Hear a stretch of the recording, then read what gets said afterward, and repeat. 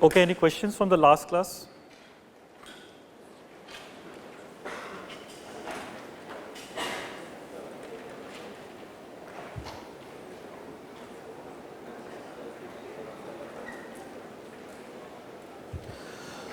So we did some examples of induction, especially this binary representation, multidimensional induction, and then we just exhibited some rules of inference. These things in detail you will see when you do the logic course, but since I'll anyways be using some of the notation and you are also allowed to use these in the exams or the test, it makes sense to mention it. Okay, so now we can move on to more specialized topics instead of general proof techniques. So first thing will be counting methods. So counting is basically you are given a set of interest and you want to compute the size of it or calculate the size. The size, usually we would want the exact expression, but as you proceed in computer science, you will see that that calculation will become very tedious. So we will introduce asymptotics.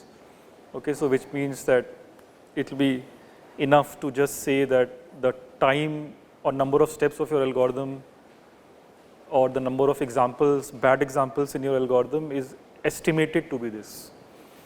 Okay, so ultimately the idea is that you count and give an estimate, but we'll start with the exact counting.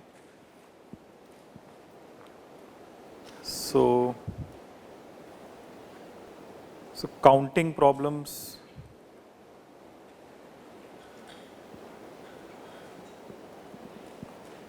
are basic problems in many areas.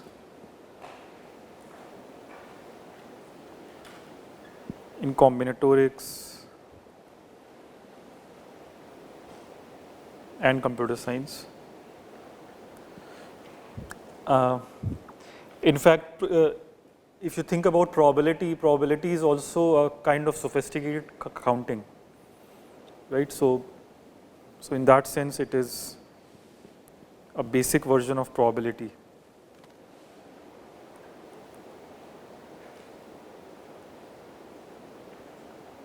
So these methods will be pretty general and basic that we'll study here. So let's start with the two very simple rules.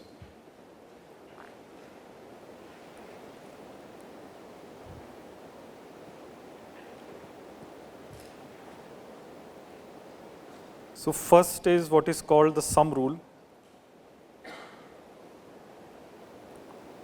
Okay, so sum rule says that if you have if you are picking an element A from set 1, S1, and an element B from set S2, then the number of ways you can pick the pair is, well, that's not a good example. No, you want to pick only single element. You want to pick an element either from S1 or S2 and the sets are disjoint. Then the number of ways you can pick this single element is the size of the first set plus the size of the second set, right? That's the sum rule. So number of ways to pick an element, just one element, from two disjoint sets.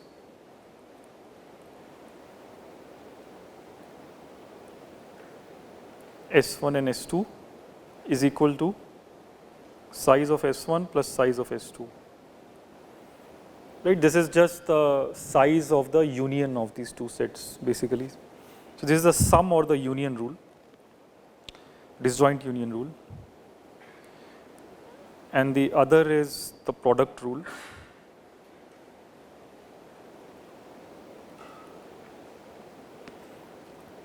So in the product rule, now you want to pick two elements, a pair. So what is the number of ways to pick two elements from two sets? S1 and S2, they can also be equal. Here, this won't be important, the disjointness or any property of the set will not be important. So now if you want to pick two elements, what is the number of ways to pick this pair? So now it is simply the Cartesian product, right? S1 cross S2. So that will be product of the two sizes. Okay, so these are trivial sounding rules, but what will be very non-trivial is when we'll use these things to actually count in real problems. So then it will very soon become tricky, because also you can combine these two. So you have to think how to break your counting problem into a combination of sum and product, right? And there you will have to be careful whether to break into sum first and then product, or whether to do product first and then sum. Also you have to do complementation, which is the difference rule, right? You might have to subtract the size of S1. So many possibilities will be there. So let's look at some examples. Again, these things you have already done, but let's just revise those things. So first simple example is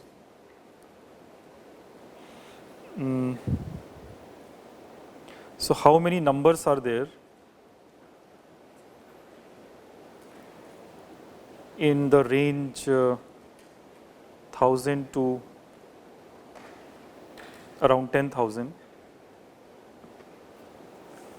which are divisible by 3?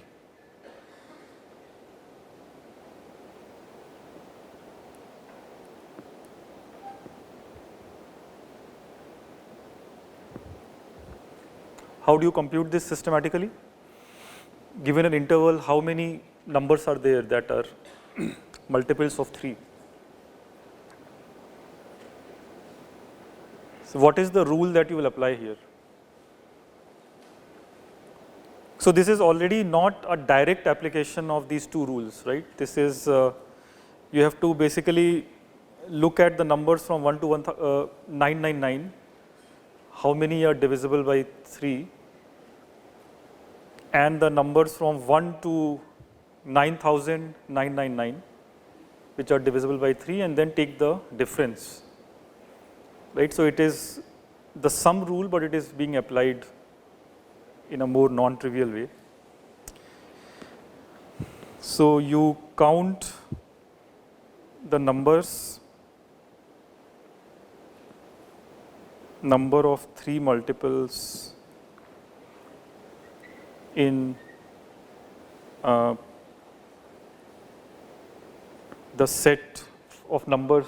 So when I use this set bracket notation, it means the set 1, 2, 3 dot dot the destination, which is 9,999. Okay, so in that set, how many 3 multiples are there, minus the number of 3 multiples in this, which is equal to, so how many are there in the first range? Just divide by 3, right?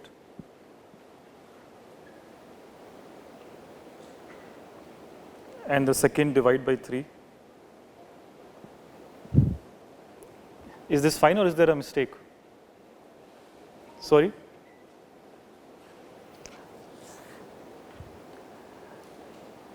So do you see that this is an application of the sum rule?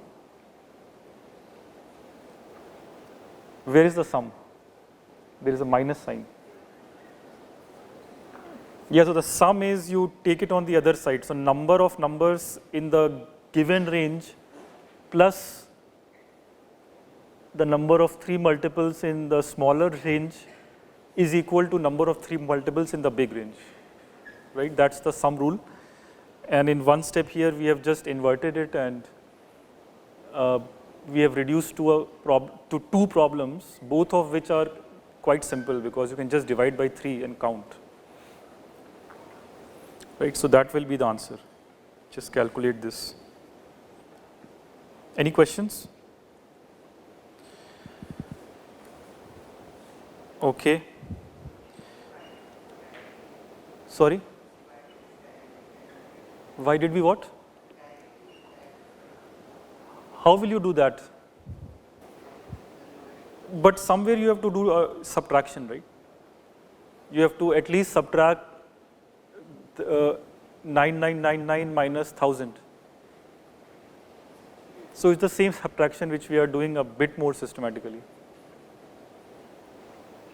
Yeah, this is the first example. I mean, it's not very impressive. What will be more impressive is what comes next, which is how many ways are there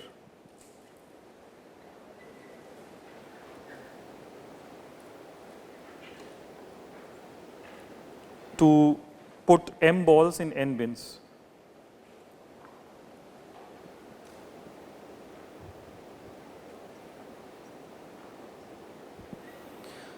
And we'll assume m is at least, so balls are at least as many as the bins, okay, which means that multiple balls can go to a single bin.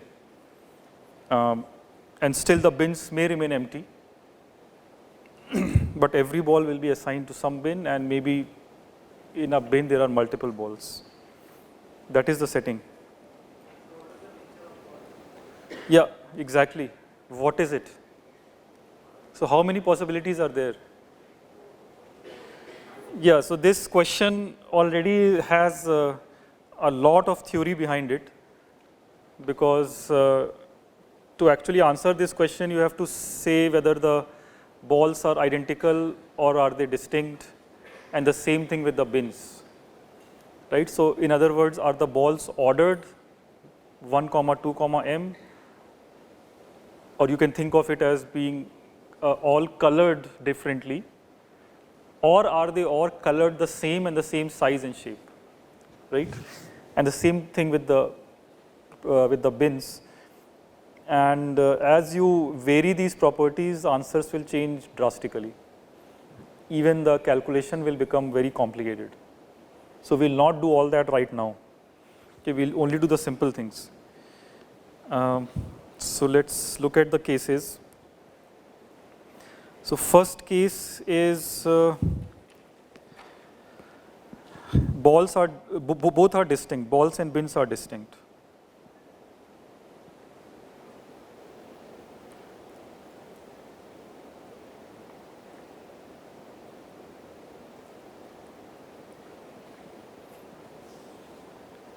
So in this case, what is the answer? So is it m to the n or n to the m? Why is that?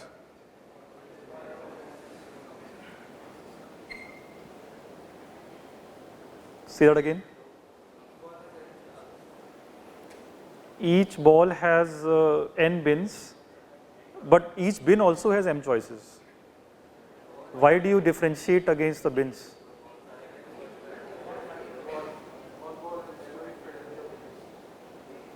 Yeah, so that is one sanity check, that if you think in terms of the options of bins, then each bin has m choices. Well, each bin has m choices, which is why did I say m to the n? It should be the other way. Did you say m to the n or n to the m? Okay. Right. So now, if you think in terms of the bins, then each bin has m options, but Well, the problem is that a bin may also be empty, so it actually has m plus 1 options. It can have either 0 balls, yeah, it's even more than m plus 1, right, because it may choose a subset. So if you try to go that direction, looking at the options of the bins, it will become very complicated. I mean, you can still do the calculation, but it will not be as simple as this one. In the end, you have to get the same answer. Obviously, answer cannot depend on your point of view, right? Ultimate function has to be n to the m. So the simple way to go is you look at the following property, that each ball has n. Since the balls are distinct, let's just number them. So ball Bi has n options, and this is exact.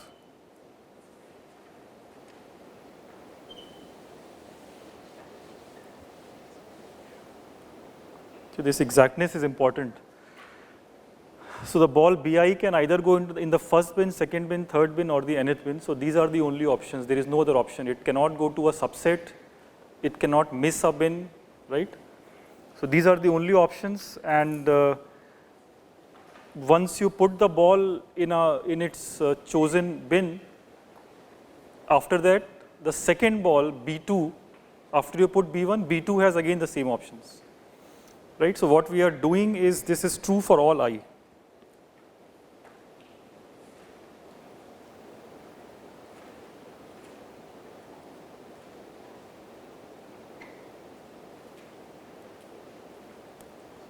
Okay, so this thing is true for every ball, and now the experiment, or the thing that you want to count is B1, B2, Bm making their choices. How many ways are there, right? So that follows the product rule. So you apply the product rule.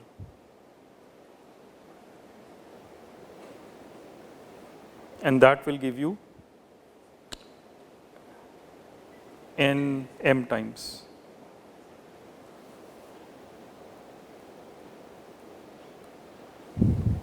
Okay, so this is the simplest way to deduce or to get the function.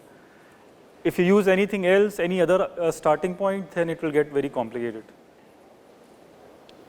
Okay, so here it is important, how do you start the argument? Okay, so that was not very difficult. Second is, so balls are identical.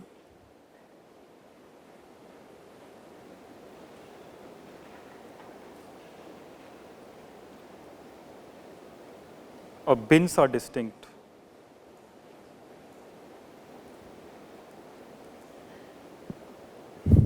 Okay, so now we are saying that the balls are actually not B1 to Bn, but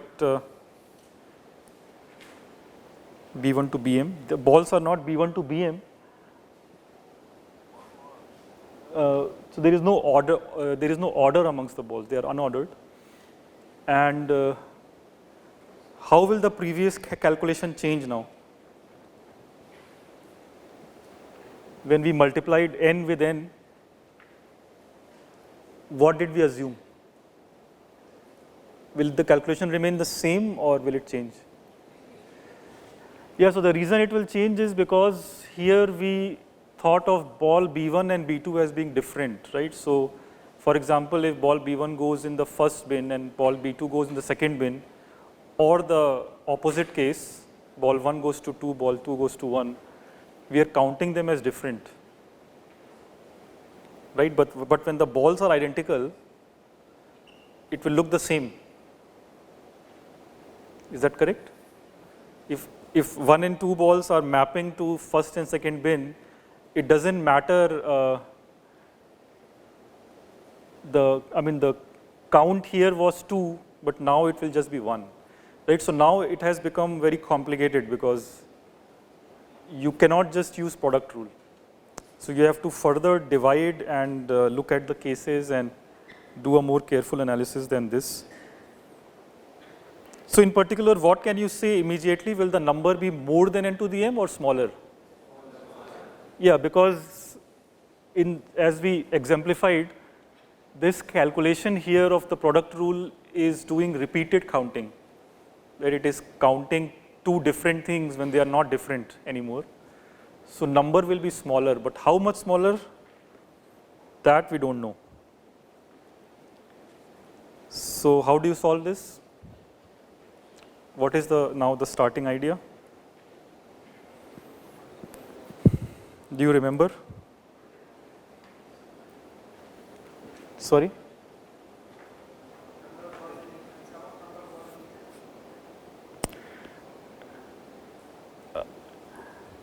Yeah, so the balls are identical, so you think of the number m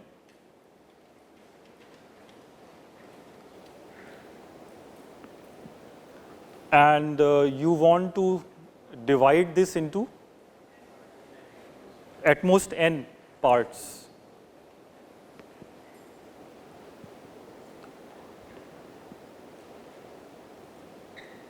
Number n you partition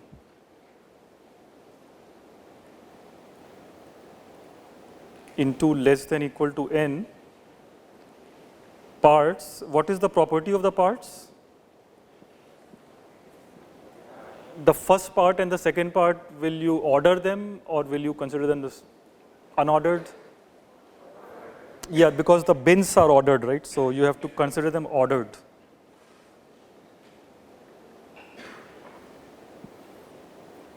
So just if this is confusing, just think of m as, if m is 4, right, then you can partition it into 1 plus 3, or you can partition it into 3 plus 1, or you can partition obviously as 2 plus 2 and so on.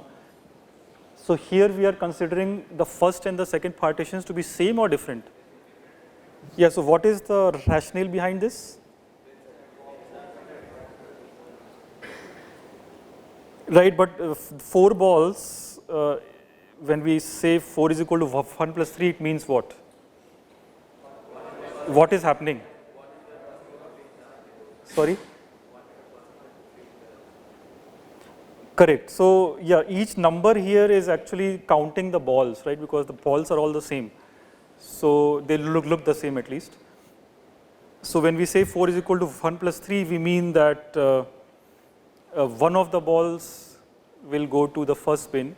First position means first bin. Then the second part, which is 3 balls are going into the second. And if we had 1 plus 1 plus 2, that would mean what is happening in practice? Yeah, so this means that one ball goes to the, so first bin has 1, second bin has 1, and third has 2. Is that correct? Okay. Yeah, so you have to check this association. Just do it as an exercise. And how do you count number of ordered partitions of M? So the simplest way is this another association to 0-1 strings, right? So you think of 1 plus 3, you think of it as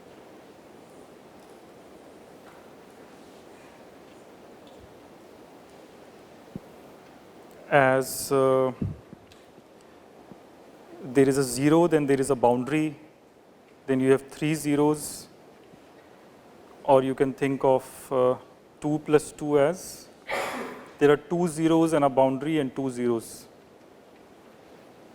Okay, so you can think of this any ordered partition as a string of 0 and 1s where there are markers put.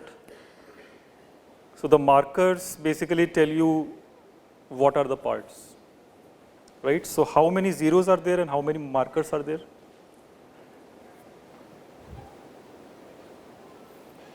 So how many zeros? Yeah, so zeros have to be as many as M, right? It's basically every zero is a ball. and how many ones, which are these borders. So if you want to get 2 parts, then you only need 1 marker, right? So it's n minus 1 for n parts.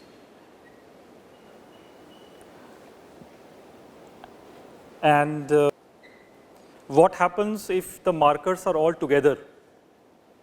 What is the meaning of that? Say you have this.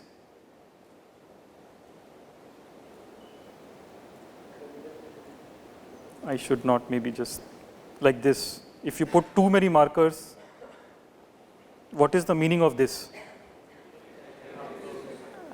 Yeah, it means that these positions, so after 1 plus 3, there is a 0 and another 0, right? So if there is no 0 between 2 markers, it signifies empty, which means 0. So with that understanding, we'll actually cover all possible number of parts from 1 to n, right? So depending on, so you can now again do this as an exercise, that this sets up an association with partitions, right? So you have to basically show that this balls bins version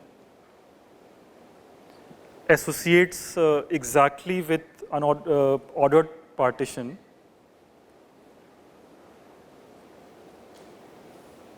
which again associates perfectly with this 0, 1 string.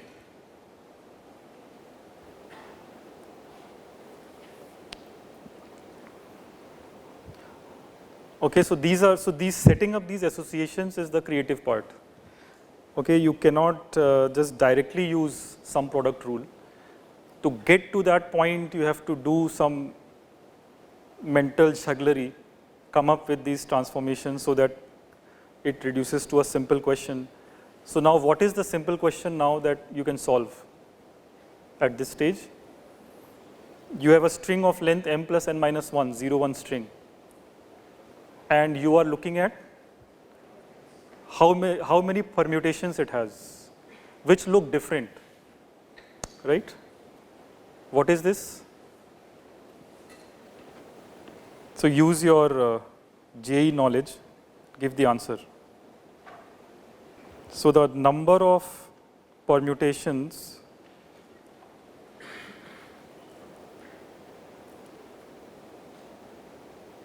of this binary string is equal to, yeah, so you first you pretend that the zeros and ones are all different, right? So then the number of permutations is length factorial, so that is m plus n minus 1 factorial. But that pretense was wrong, right? Because zeros are all the same, ones are all the same. So then you have to now subtract or divide. Yeah, you have to divide. That's the simple thing. I mean, you can also subtract, but then it will be complicated. So easiest is to divide, and here we are using which rule? The product rule, right? We are using the inverse of the product rule. So just like in the previous example, we subtracted opposite of sum rule, here we have the opposite of product rule. So the zeros amongst themselves, how many permutations? Yeah, so that is m factorial and the other is n minus 1 factorial, right? So this is a single product rule and a single, you can say, division rule. Okay, 2 of these rules were used, and plus we are using or invoking the fact that the number of permutations of distinct elements is factorial, right? That you will also show in the assignment. And yeah, this number is also called, this looks like the binomial number, right? This is also m plus n minus 1 choose m, which is the same as m plus n minus 1 choose n minus 1. Okay. Now, do you see that this is smaller than what you had before, n to the m? How do you see this? So yeah, as an exercise, you can prove that this is smaller than n to the m. But instead of going into the calculations, just combinatorially, you can already give a proof, which is that the things that we counted in example 2, they are proper subset of what you counted in example 1, right? So just because of that, combinatorially, you know that the count has to be smaller, strictly smaller. So although the expressions look complicated to compare, but you know that it's smaller. Okay, so that's a different way of deducing. In a way, it's a better proof. Third is, you have seen two important applications of sum product rule. Any questions? Okay, next is, let's make the bins identical. So balls are distinct, but bins are identical.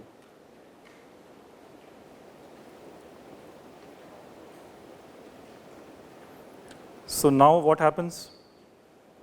Remember, balls are m. So what is happening now?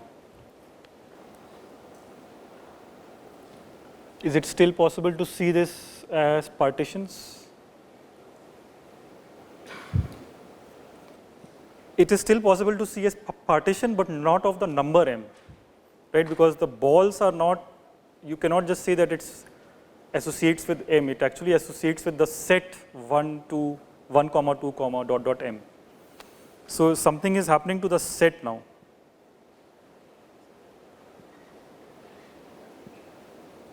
So you have to consider the set because these are the distinct balls, and these balls are being partitioned into subsets which are ordered or unordered. They are unordered, right? So set this partitioned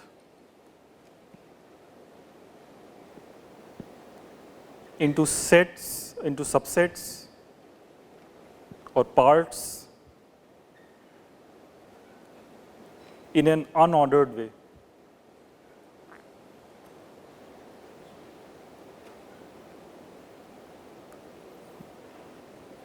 Okay, so when you make things distinct, then you have to look at a set. If the things are equal, then you can as well consider the number, their count. So here we look at a set, look at the set 1, 2, dot dot m, and partition it into parts, which is subsets of this set. But then the subsets, you can place them as you want. Okay, it's first subset union second subset. That partition is the same as the second subset union the first subset. Okay, we don't distinguish in terms of this ordering. So what matters is just the sets which you see in the parts. How do you count this? Have you seen this calculation before? So we'll do this later. This is a difficult counting.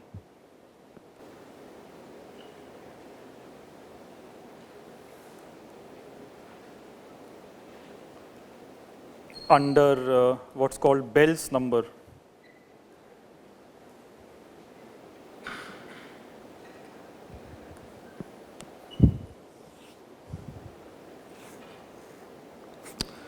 Okay, and final thing is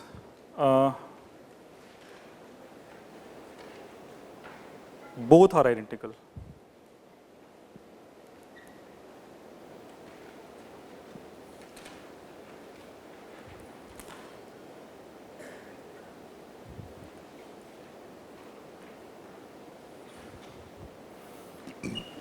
What do you do now? So identical means that again balls you can just think of them as the number m, you don't need to look at the set because they are all the same. And somehow do the association that you did in example number 2, right? There we said that partition number m into at less than equal to n parts, but now the parts will be ordered or unordered. Now they will be unordered, right? So this is really what is generally meant by partitioning a number. You don't care about the order of the parts. So this is the famous partition problem. So partition m into less than equal to n unordered parts.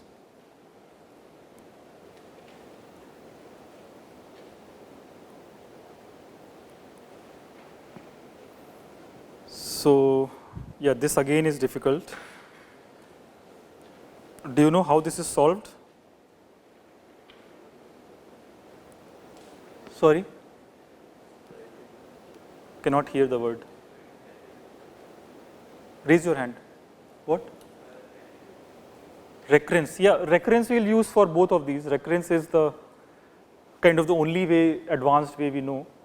But in question 4, we'll also get something more interesting, which are these generating functions. So when we come to generating functions, we'll get estimates for partition. We will not get any closed form. This is a complicated object.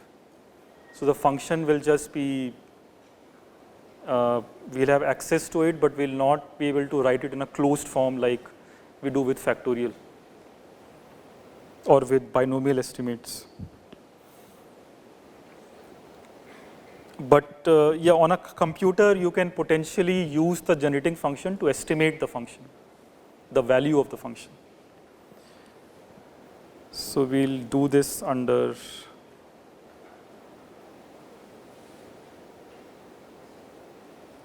generating functions.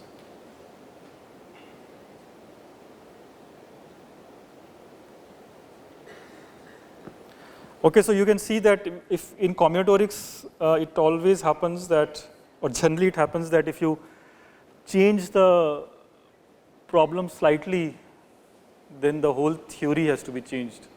Okay, it becomes a completely different problem. So you have to be very careful about what assumptions are you making. Any question? Okay. What else? Okay, counting in 2 ways. Let's do some examples of that. So obviously the process of counting is not unique. It depends on how creative you are or what the problem is. So let's see some examples where you get some impressive results if you count in different ways. Okay, different ways will give you the different viewpoints, and then you get some useful information. So counting is not unique.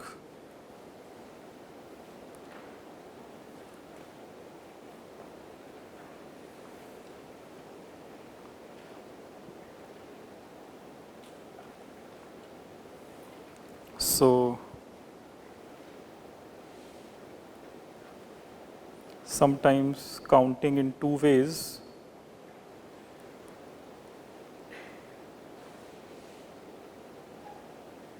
unfold interesting properties.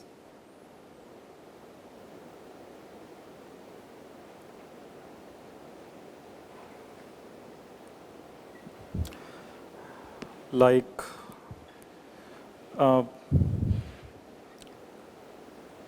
say you want to show, let's state it as a claim,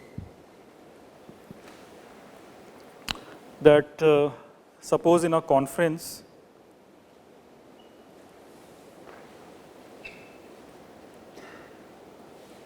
people shook hands. Okay, you want to show that the number of people who shook hands with odd number of people, number of people who shook hands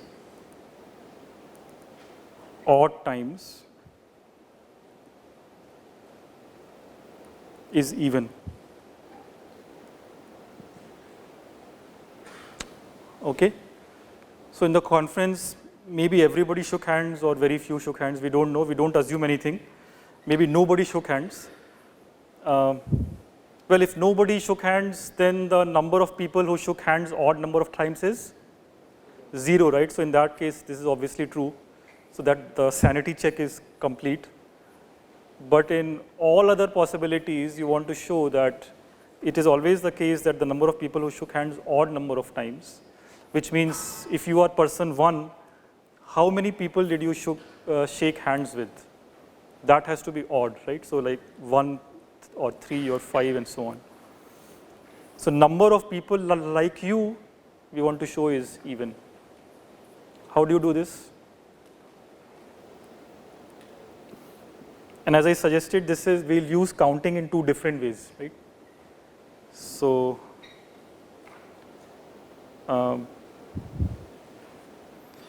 so what is the first way?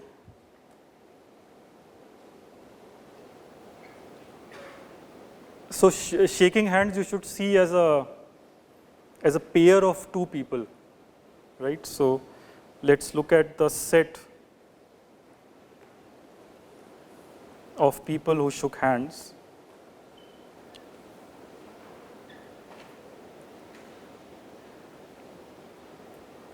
Or maybe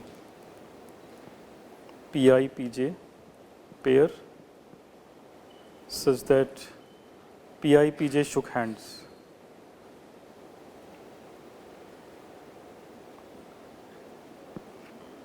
And we are assuming that the set is not empty, because if it was empty, then already you are done. So this is a set which has elements. Elements are pairs PI, PJ, such that they shook hands. So what can you say about PJ, PI? If PI, PJ is in the set, then PJ, PI is also in the set, right? This is a symmetric relation. So from this, what can you say about the size? So size is even. Is that clear? Any doubts? Well, somebody could ask, what if PI, PI is also in the set, right? But those things are weird. We don't include them in the set. So we are assuming that I and J are different.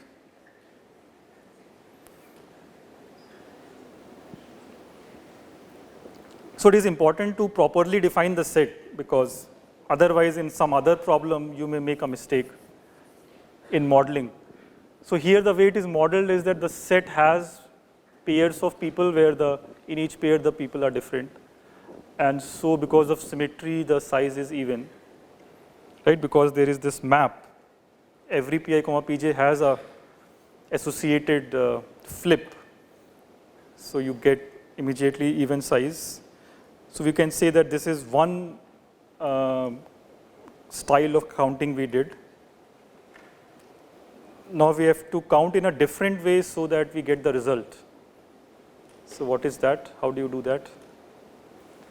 Well, so this set is more like a global definition, right? It goes over all the pairs. You can count or model in a different way where you now focus on a person. So if you focus on person PI, and those PIs where the number of J's is odd. So let's do that. So let's say that the number of PIs such that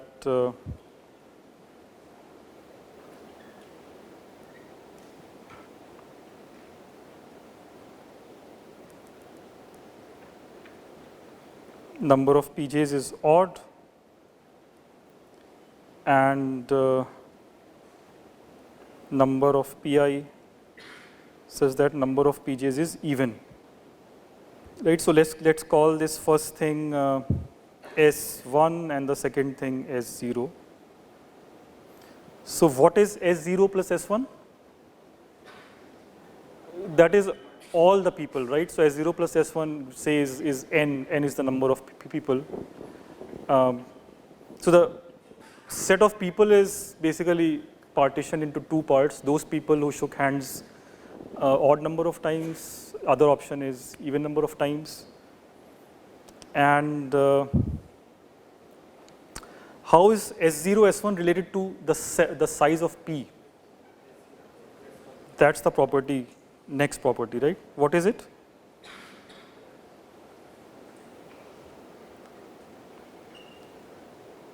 So S1,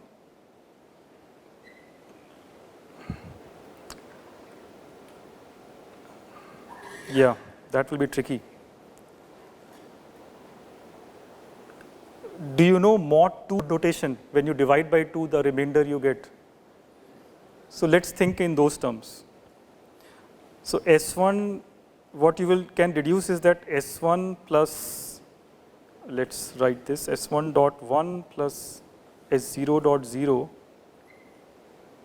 and the size of P, they have the same remainder mod 2, or they have the same parity.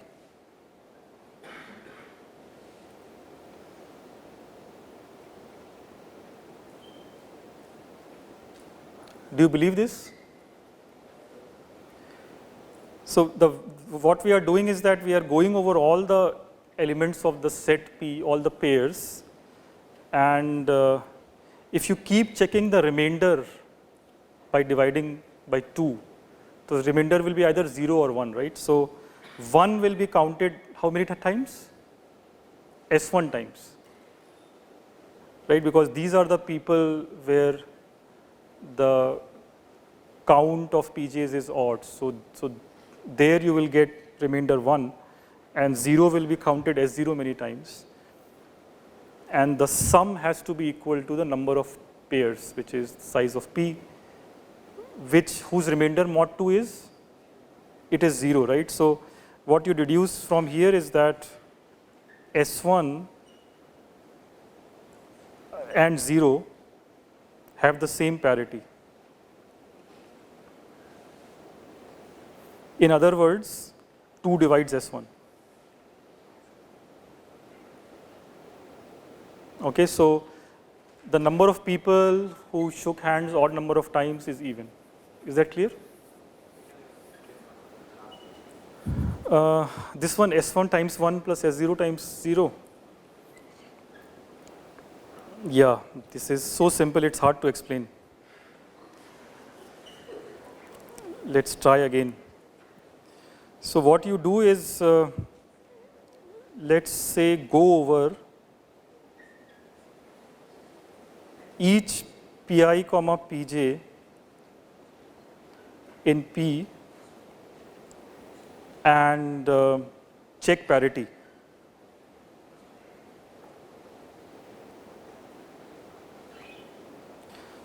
So let's say check parity with respect to Pi. So, I mean, to put it simply, you are going over all the handshakes that happened, and when you see a handshake Pi comma Pj, then you you count 1 on Pi. Okay, and so the number of Pjs which correspond to this Pi, that count, you have defined it to be S1.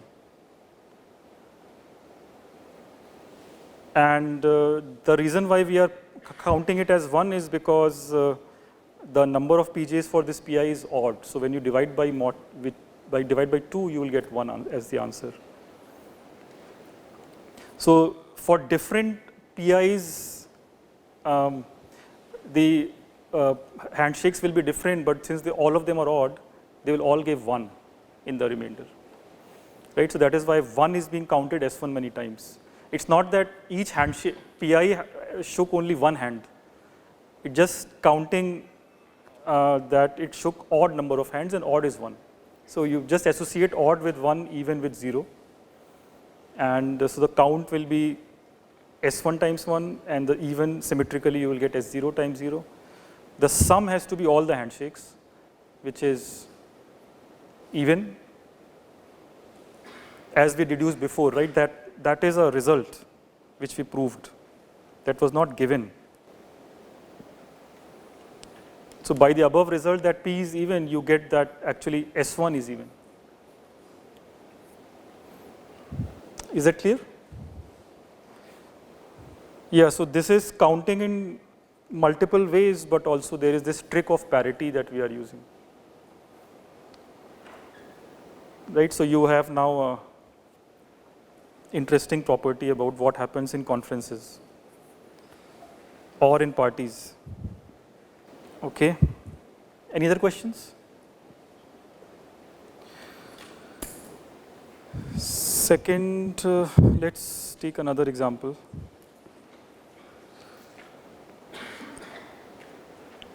Or yeah, maybe I should leave it as an exercise. So say you are given that, let me skip this actually, let me go to a more interesting example.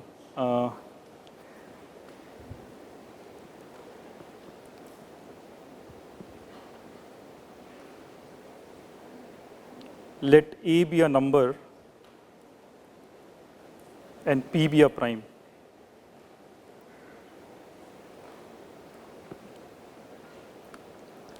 Okay, and we want to show combinatorially that P divides A raised to P minus A. Okay, let's do this example. This is more interesting or most interesting amongst all the examples. So this is a number theory fact that if you multiply any number P times and subtract A out of it, then it is divisible by P. Okay, assuming that P is prime.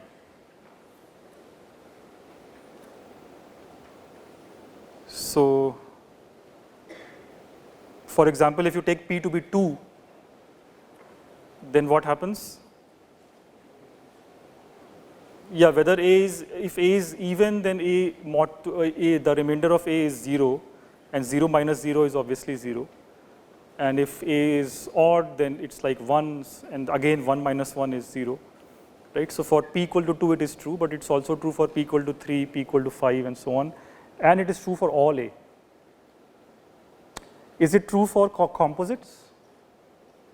If P is composite? Yeah, so you can actually construct examples as an exercise that this condition is necessary.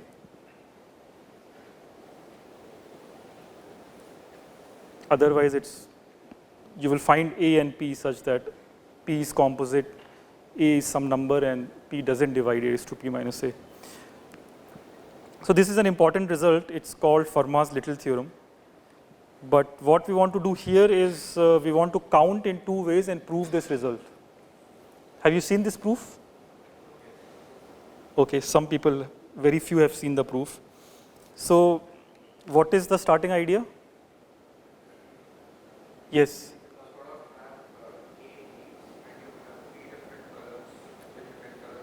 Yeah, I will prefer the opposite. So there is a ring with P beads, and each bead has 8 colors. Okay. So you will see that this is what you need. So consider we can say necklace with P beads, and each bead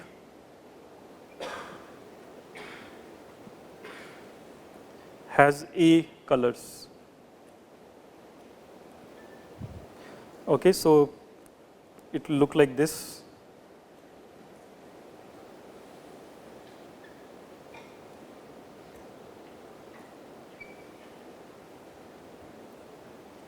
So they are P beads, colored beads.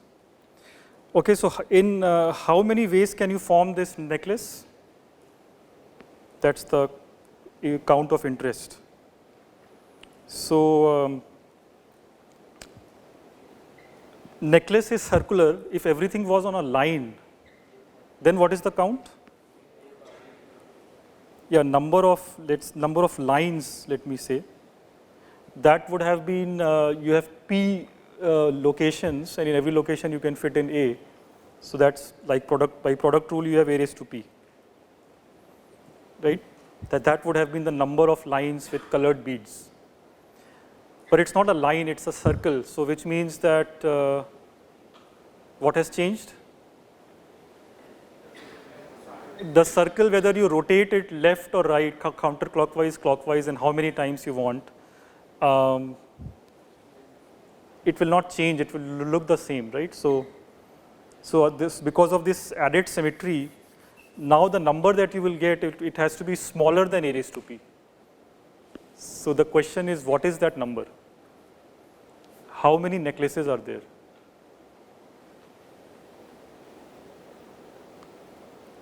Can you deduce this?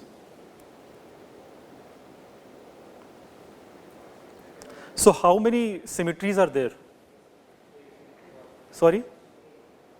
No, it's not A. The necklace has length P. So the symmetries are P.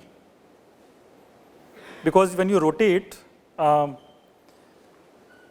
potentially the same necklace will give you P different necklaces, but they are all the same necklace, right? So in the line configuration, P many things actually give you the same necklace. That is what you have to show. So show that as an exercise that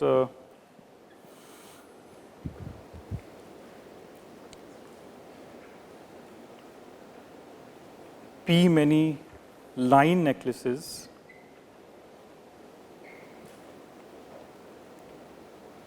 correspond to the same circle necklace.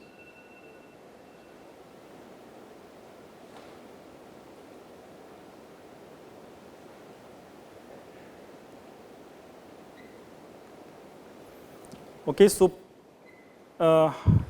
yeah, and here you have to use, in the proof, you have to use that P is prime. So that is a key thing here. I don't have time left for that. You have to just do this at home.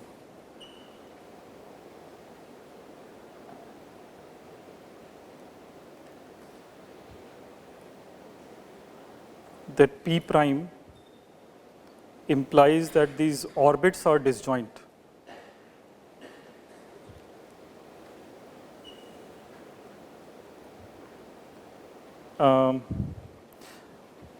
But see, this cannot be completely true because number of lines was A raised to P, right? And if you have P of those lines are mapping to the same necklace, then the count has to be A raised to P by P, which will not make sense, it will be a fraction. So how do you correct that? What is the mistake? Yeah, so there is this pathological case that all the beads may have the same color. So if it's a monochromatic necklace, then the monochromatic line gives you only one necklace. Okay, it will not give you P necklaces.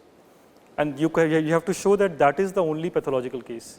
In every other case, as long as your line is non-monochromatic, there are at least two colors in the line. Then when you join the ends and you make the circular necklace, P line necklaces would correspond to one circular necklace. Okay, so that's the pathological case you have to remove. So orbits are disjoint as long as it's not monochromatic.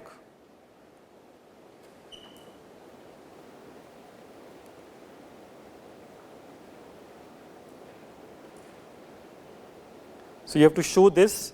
So which means that the count is now, what's the count? Yeah, number of necklaces is now from A raised to P. If you subtract A, you consider these non-monochromatic necklaces. Then you have to divide the number of lines divided, you have to divide it by p. So you get a raised to p minus a by p plus the monochromatic ones, right? That's the count. Okay. So this is the number of necklaces that you get. Beads have A colors, necklace has length p. And what do you deduce from this expression? Since this is a correct count, p has to divide a raised to p minus a. Okay, and you have to use somewhere in the proof that p is prime, because otherwise it doesn't divide. So you can complete this proof